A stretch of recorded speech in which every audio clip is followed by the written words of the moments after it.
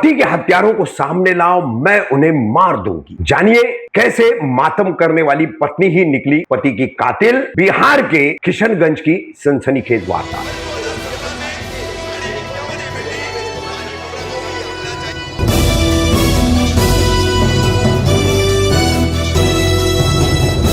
मैं रफीक कामदार हिंदुस्तानी रिपोर्टर में आपका स्वागत है। पति पत्नी और वो ये प्रेम त्रिकोण जो होता है या अवैध रिश्तों का ये जो ताना बाना रहता है, यह आखिरकार किस तरह से अपराध को जन्म देता है और फिर कैसे वारदात घटती है। पिछले लगभग कुछ सालों में ऐसे कई मामले सामने आए। ड्रम में लाश, फर्श के नीचे लाश, बाथरूम में लाश गाड़ दी गई है, ऐसे कई मामले आए। हाल ही में हमने आपको एक खबर भी बताई थी कि पत्नी ने पति की हत्या करके बाथरूम के फर्श के नीचे उसको गाड़ दिया था, उसकी लाश को गाड़ दिया था। तो ऐसा ही एक मामला जिसमें पति का मामला जो है, जो पति की हत्या हो जाती है और फिर पत्नी विलाप करती है, पत्नी मातम करती है और मातम के दौरान भी गुस्से में है कि हत्यारों को मेरे सामने लाओ तो मैं खुद उन्हें मारूंगी, ये कहती है। ये पूरा मामला जो है वो बिहार के किशनगंज के बिशनपुर का है। बिशनपुर में 4 जुलाई को रिजवान आलम की मौत हो जाती है। रिजवान आलम के माता पिता अलग रहते हैं। रिजवान आलम अपनी पत्नी के साथ में अलग रहता है। तो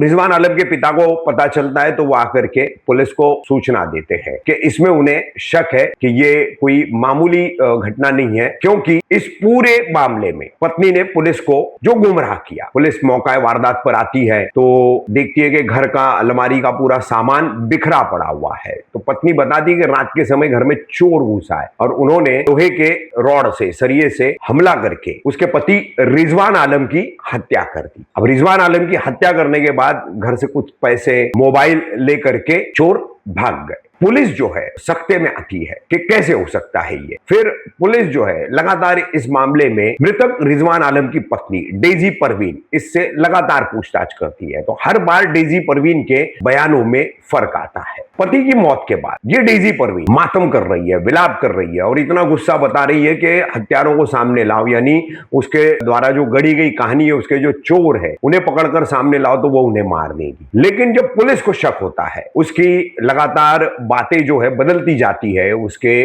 बयान में विसंगतियां आती है, पहले कुछ कहना बाद में कुछ कहना, तो इस पर पुलिस को शक होने के बाद पुलिस उसके फोन कॉल्स का डिटेल निकालती है। तो फोन कॉल का डिटेल निकालने के बाद पूरे मामले का राजफाश हो जाता है। राज यूं खुल करके सामने आता है कि उसी बिशनपुर गांव में रहने वाला अनवर हुसैन का और डेजी परवीन का पिछले कुछ सालों से नाजायज संबंध है। अब रिजवान आलम जो कुवैत में नौकरी करता था और बिगड़े हुए हालात के चलते वो नौकरी खत्म करके वापस लौटा, अपने घर आया तो रोड़ा बन गया डेजी परवीन और अनवर हुसैन के बीच में। तो कैसे बताया ये भी जा रहा है कि उसे इनके अवैध संबंधों की जानकारी भी हो गई, उसने इसका विरोध भी किया, डेजी परवीन को समझाने की भी कोशिश की। लेकिन डेजी परवीन ने अनवर हुसैन के साथ मिलकर के साजिश रची और रात के समय दूसरे मोबाइल से जब रिजवान आलम सो गया तो अनवर हुसैन को कॉल लगा करके बुला लिया। अनवर हुसैन ने आकर के सोती हुई हालत में रिजवान आलम पर लोहे के सरिये से, रॉड से कई वार कर दिए, जिसमें रिजवान आलम की मौत हो गई। अब फोन कॉल्स की डिटेल खंगालने के बाद, सीडीआर एसडीआर का डेटा निकालने के बाद पुलिस ने दोनों को जो है हिरासत में लेकर जब कड़ाई से पूछताछ की तो दोनों पहले तो ना नुकर करने लग गए। लेकिन पुलिस ने जब तकनीकी जांच का मामला उनको बताया कि ये चीजें हमारे सामने आई है, तब दोनों टूट पड़े और फिर दोनों ने अपना अपराध स्वीकार कर लिया। तो ये है बिहार के किशनगंज के बिशनपुर की ऐसी वारदात जिसमें पत्नी, वो वीडियो में आपको दिखा रही कि कैसी वो मातम कर रही थी। आप सोच भी नहीं सकते ऐसी मातम करने वाली औरत कैसे अपने ही पति की कातिल बन सकती है, कैसे अपने ही प्रेमी के साथ मिलकर के अपने पति की हत्या करवा सकती है।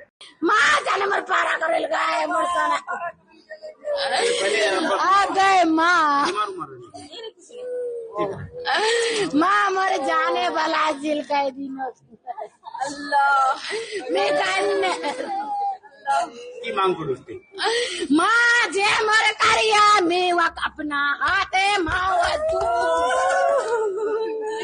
मैं जाने बदला जान जे मर मरिया मैं मारूं अपना दे मैं मारूं मैं वक जान बिशनपुर थाना कांड संख्या 34/2026 दर्ज हुआ था। उसमें एक व्यक्ति की हत्या हुई थी। उसी घटना का उद्भेदन हुआ है उस घटना में मृतक की पत्नी और उनके एक मित्र की सहभागिता पाई गई। उनके विरुद्ध साक्ष्य मिला है और हम लोगों ने उसी के आधार पर उन दोनों को गिरफ्तार कर लिया है। दोनों अभियुक्तों ने अपना जो अपना अभियुक्तिकरण है या अपना अपराध स्वीकार कर लिया है। घटना में प्रयुक्त की गई रॉड भी बरामद हो गई है और जो चोरी की बात उस समय उनकी पत्नी द्वारा बताई जा रही थी कि मोबाइल चोरी हुई, वो भी अभियुक्त की निशानदेही पर बरामद कर लिया है। सर, गिरफ्तार व्यक्ति का आपराधिक रिकॉर्ड है? गिरफ्तार व्यक्ति का आपराधिक इतिहास तो अभी हम लोगों ने नहीं खंगाला है, उसमें तो हमको पूरे ज़िले से मांगना पड़ेगा। सर, अवैध संबंध की बात की जा रही है, तो कब से चल रहा था इन दोनों की? अब ये सब चीज़ें अनुसंधान की हैं, वो बाद में हम तो आपको बता पाएंगे। अभी तो जो प्राइमरी जितनी चीज़ें थी हमने